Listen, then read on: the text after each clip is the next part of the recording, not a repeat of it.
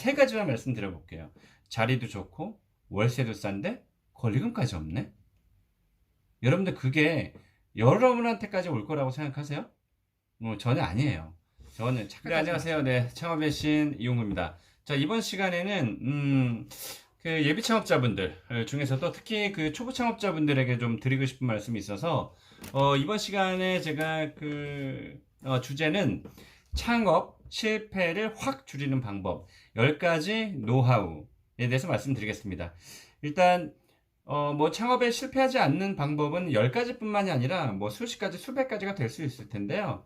너무 막연하게 그렇게 늘어놓는 것보다 일단 10가지 꼭 필요한 부분 10가지를 여러분들께 말씀을 드리도록 하겠습니다. 메모를 하시거나 아니면 제 영상을 반복해서 좀 들으시거나 아니면 10가지의 그 노하우를 또 한 페이지로 제가 요약을 해놨으니까요. 그거 하나만 캡처하셔서 그냥 보기만 하셔도 충분히 도움이 될 겁니다. 반드시 제가 말씀드린 10가지는 꼭 잊어서는 안 됩니다. 자, 첫 번째, 갑자기 많이 생기는 것은 무조건적으로 따라하지 마라. 맹목적으로 따라하지 말라는 소리인데요. 우리나라는 여러분들 잘 아시겠지만 프랜차이즈 본사들 또 아이템 이런 것들이 부침이 굉장히 심합니다. 부침이 심하다는 것은 금방 식상하다는 거죠. 그리고 또 한 가지는 뭐 그 미투 프랜차이즈들이 굉장히 많이 생기면서 그 시장 자체를 혼탁하게 좀 만드는 거죠. 경쟁자가 굉장히 많이 나온다는 거죠. 뭐 2차 돌이 생겼더니 1차 돌이 생기고 봉구비어가 생겼더니 용구비어, 박군비어, 말자살롱, 춘자비어 뭐 엄청나게 많은 그 봉구비어랑 비슷한 그런 아이템들이 나왔잖아요. 그래서 결국은 이게 뭐 독점을 할 수 없는 시장이지만 내가 하루에 100만 원을 팔면 어떤 브랜드가 비슷한 브랜드가 생기면 90만 원, 80만 원, 70만 원, 60만 원 이렇게 떨어지는 법이거든요. 그래서 우리나라는 그만큼 따라쟁이들, 따라하는 프랜차이즈 브랜드가 많다. 그걸 사업가라고 해야 될까요? 어쨌든 그렇게 쉽게 남의 것을 모방해서 뛰어드는 그런 사람들이 많다. 갑자기 많이 생기는 것들은 분명히 뭔가가 물론 잘 돼서 많이 생길 수도 있겠지만 그만큼 많이 생긴다는 거는 비슷한 게 또 많이 생겨서 금방 n분의 1이 돼서 내 매출을 깎아먹을 수 있다는 것도 여러분들 명심하셔야 되고요. 최근에 작년에 인기를 끌었던 작년 한 해만 인기를 끌었죠. 흑당 버블티 타이거 슈가를 따르는 그런 브랜드들이 굉장히 많이 생겼는데요. 작년에 반짝했었고 올해는 그만큼 신규 출점도 잘 될 것 같지 않고요. 그리고 웬만한 비슷한 카페 프랜차이즈에서 흑당 버블티를 다 만들었기 때문에 굳이 소비자 입장에서는 흑당 버블티가 처음에 나왔을 때 신기하다 맛있다는데 인스타그램에 올라왔는데 이런 것들 때문에 호기심에 갈 수는 있는데요. 그건 매주 먹지 않습니다. 그리고 웬만한 카페, 커피빈에서도 그걸 팔고요. 스타벅스를 제외한 거의 모든 카페 프랜차이즈에서 그걸 다 팔고 있습니다. 그래서 갑자기 많이 생기는 건 그렇게 맹목적으로 따라해서는 안 된다라는 거 첫 번째 말씀드렸고요. 두 번째는 무작정 믿지 마라. 심지어 창업 전문가도 무작정 대놓고 다 믿지 말고요. 또 부동산 하시는 분들도 마찬가지고 또 프랜차이즈 본사도 마찬가지예요. 그래서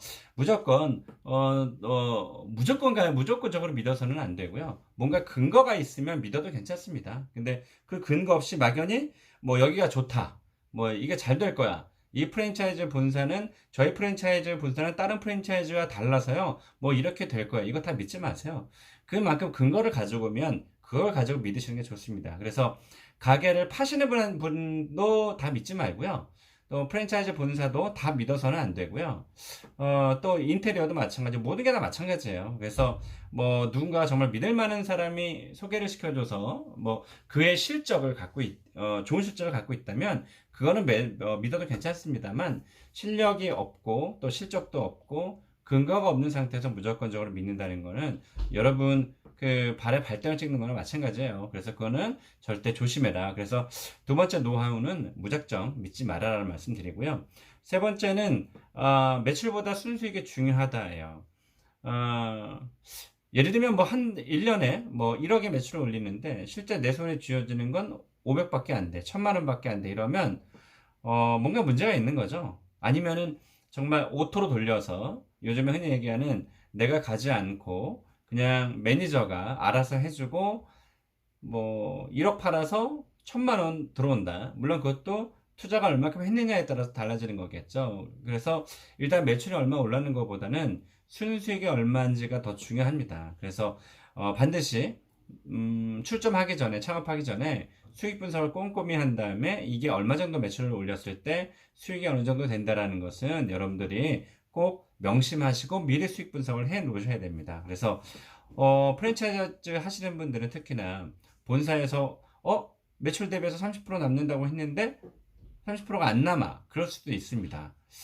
언젠가 제가 뭐 수익 분석에 대해서 또 꼼꼼히 말씀을 드릴 일이 좀 있겠습니다만, 예를 들면 뭐 매출 대비해서 30% 남는데 거기에 부가세를 비용을 제외하지 않거나 뭐 부가세는 매출하고 매입 그 계산을 해보면 상계하면 한 4% 정도 결국 부가세를 내게 돼 있거든요. 그래서 그 4%를 제하지 않았거나 카드 수수료 2%를 제하지 않았다거나 아니면 뭐 그 대여료들 뭐 정수기라든지 또 뭐 포스라든지 또 그리고 요즘에 뭐 디지털 디스플레이어 많이 쓰잖아요. 그런 것도 또 사는 건 좀 부담이 되니까 또 임대하는 경우도 있거든요. 그래서 이런 것들 다 제외하지 않고 그냥 막연히 매출 대비 30% 남습니다 할 수 있거든요. 그러니까 그런 것들 좀 조심할 필요가 있습니다. 명심하시고요. 그 네 번째 노하우는 건물주를 잘 만나야 된다. 건물주 잘못 만나서 스트레스 받고 그래서 1년도 안 돼서 그냥 가게에 내놓고 파는 분도 계시고요. 잘 되는데도 불구하고 그리고 뭐 사사건건 뭐 시비를 건다든가 아니면 그 매장에서 뭐 못 하나 받는 것도 싫어하는 사람이 있고요. 그리고 뭐 이런 경우도 있습니다. 뭐 다 그렇진 않겠지만 뭐 스타벅스라든지 아니면 이렇게 큰 그 외식 기업들 있잖아요. 스타벅스가 그런 뜻이라는 뜻은 아니에요. 그 왜 그런 외식 기업들이 들어가고 싶은 그런 점포가 있어요. 그럼 그 점포가 언제 임대차 계약이 끝나는지를 미리 다 파악해 놓습니다. 그래서 몇 년 전부터 작업을 해요. 그래서 지금 가령 뭐 월세가 500이면 나는 1,000만 원을 줄 테니 나한테 다오. 대신에 이 사람은 권리금을 주지 않아도 되잖아요. 건물주와 다이렉트로 붙으니까. 근데 기존에 그 가게 사장님은 자리가 좋아서 받을 권리 2억을 줬어요. 건물주랑 작업을 해서 월세를 2배 정도 준다고 하더라도 그러면 1년이면 6천만 원이고 뭐 그리고 3년 정도 하게 되면 6, 3, 18, 1억 8천이고 그래서 이거를 아예 권리금을 주지 않고 그냥 월세를 줘서 그걸 거의 뺐다시피 하는 경우가 있죠. 그래서 일단 건물주도 물론 돈 앞에서 건물주가 지금 500을 받고 있는데 1,000만 원을 준다 그러면 나만 욕심 날 거라고 생각이 들어요. 그렇지만 어쨌든 건물주 또 좋으신 분들 만나면 또 의리가 있다든가 아니면 그 같은 건물에서 월세 받고 있는 입장에서 기존에 있는 임차인에게 그 막 하지는 않는 분들 많거든요. 그래서 나중에 또 더더군다나 가게를 팔 때 권리금을 아예 못 받게 하는 경우도 있어요. 그래서 아무튼 건물주를 만나면 점포를 한 방에 날릴 수도 있습니다. 그래서 그것도 조심하시고요. 다섯 번째 노하우는 무권리 점포를 주의하라. 권리금이 없다 그래서 무조건적으로 점포를 계약하시는 분들이 있는데요. 그걸 한번 생각해 보셔야 돼요. 왜 여태까지 권리금이 없는데 이렇게 좋은 자리에 왜 안 나갔지? 그 의심을 한번 해볼 필요가 있습니다. 세 가지만 말씀드려 볼게요. 자리도 좋고 월세도 싼데 권리금까지 없네? 여러분들 그게 여러분한테까지 올 거라고 생각하세요? 전혀 아니에요. 저는 착각하지 마세요. 이 셋 중에 하나만 좀 덜 해도 두 가지가 좀 좋으면 하나는 내가 원하지 않는 단점이 있다고 하더라도 여러분들이 그거는 또 나중에 그걸 살리시면 돼요. 왜냐면 아니 방금 전에 말씀드렸지만 자리도 좋고 월세도 적고 권리금이 없어. 아니 이거를 점포를 계약하겠다는 사람이 줄이 서 있을 텐데 또 자기 친척한테도 갈 텐데 그걸 여러분들한테까지 갈 수가 없어요. 그래서 거꾸로 얘기하면 월세가 비싼데 권리금이 없대. 그래서 뭐 권리금은 뭐 날라간다는데 권리금을 주는 것보다 월세가 높아도 권리금 없는 게 낫겠네. 이렇게 해서 덜컥 계약하시는 분이 가장 많거든요.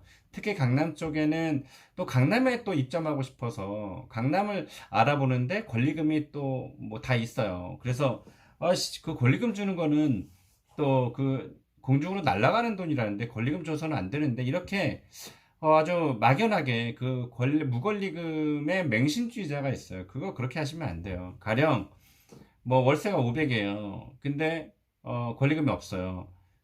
그런데 월세가 300인데 권리금이 그냥 몇 천만 원 있어요. 그거 나중에 3, 4년, 5년 운영하시다 보면 월세로 더 많이 나가요. 권리금 준 거보다. 그러니까 그 계산을 잘 하셔서 권리금이 없는 거는 무조건 의심을 해라. 아니면 건물주가 완전히 뭐 아주 안 좋은 성향이 있을 수도 있고요. 또 아니면 그 점포에서 사람이 계속 죽어나가. 뭐 그럴 수도 있는 거고요. 어쨌든 뭔가가 뭐 이상한 거예요. 권리금이 없다라는 건.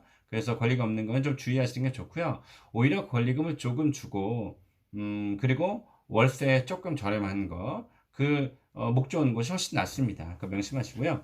또 여섯 번째 노하우를 말씀드리면, 일단 오래된 건물을 주의해라. 이거는 한 30년, 한 40년 정도 되면 일단 건물이 많이 노후가 됐고요.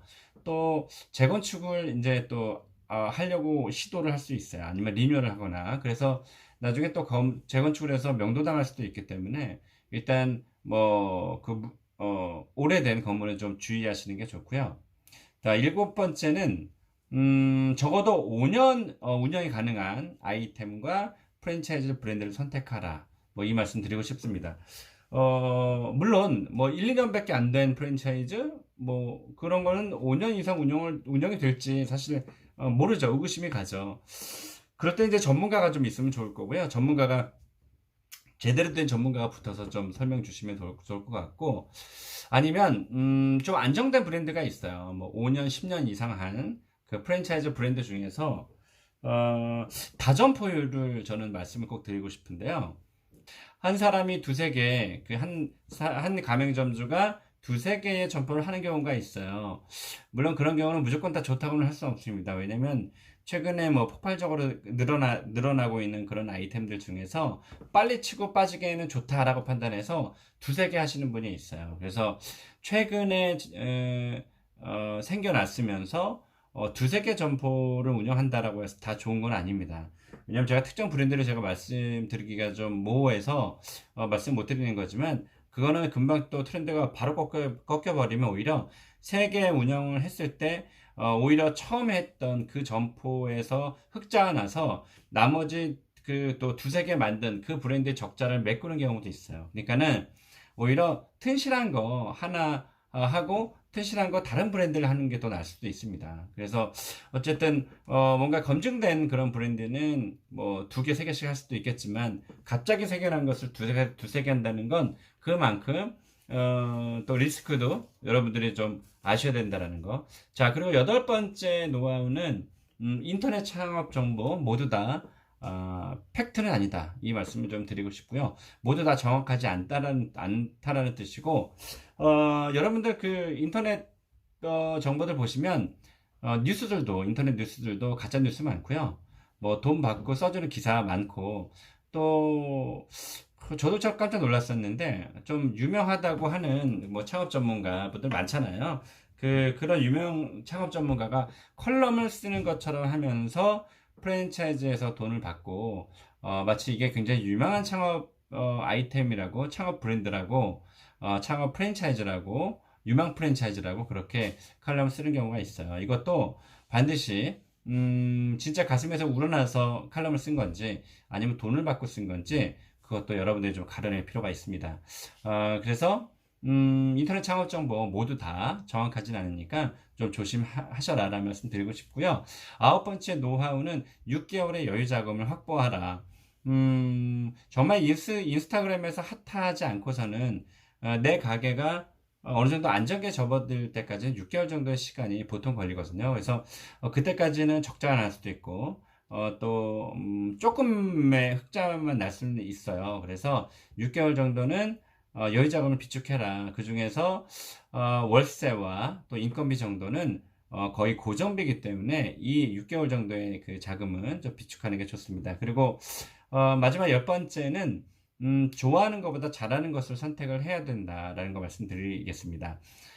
좋아하는 거를 했다가 나중에 좋은 게 지긋지긋해질 수 있거든요. 왜냐면 이거 좋은 것은 내가 소비할 때, 돈 주고 살 때 굉장히 좋은 건데, 내가 막상 그거를 장사를 하려고 들면 그때는 실전이기 때문에, 현실적 괴리감이 좀 있을 수 있어요. 그래서 뭐 좋아하는 것과 잘하는 것이 결합되면 좋지만, 좋아하는 것을 할 것이냐, 잘하는 것을 할 것이냐 할 때는 잘하는 것을 선택하는 것이 굉장히 중요합니다. 자, 그래서 이렇게 10가지의 제가 노하우를 말씀드렸고요. 창업 실패를 확 줄이는 방법 10가지를 여러분들께 말씀드렸습니다. 끝으로 여러분들께 꼭 말씀드리고 싶은 게 제가 어떤 방송이라든지 아니면 강의라든지 이런 뭐 유튜브 할 때마다 꼭 말씀드리지만 주변 사람 말 100% 믿지 말고요. 또 프랜차이즈 본사 다 100% 믿지 말고 본인이 경험하셔야 됩니다. 경험하시지 않고 남의 얘기만 듣고 좋다더라 했다가 나중에 또 큰 코 다칠 수 있습니다. 그래서 직접 보시고 직접 경험하시고 그리고 나서 아이템과 프랜차이즈 브랜드를 선택하시는 게 중요하다고 여러분들께 꼭 마지막으로 말씀을 드리겠습니다. 네, 창업 실패를 확 줄이는 방법 10가지 노하우 여러분들께 말씀드렸습니다. 꼭 잊지 마시기 바랍니다. 고맙습니다.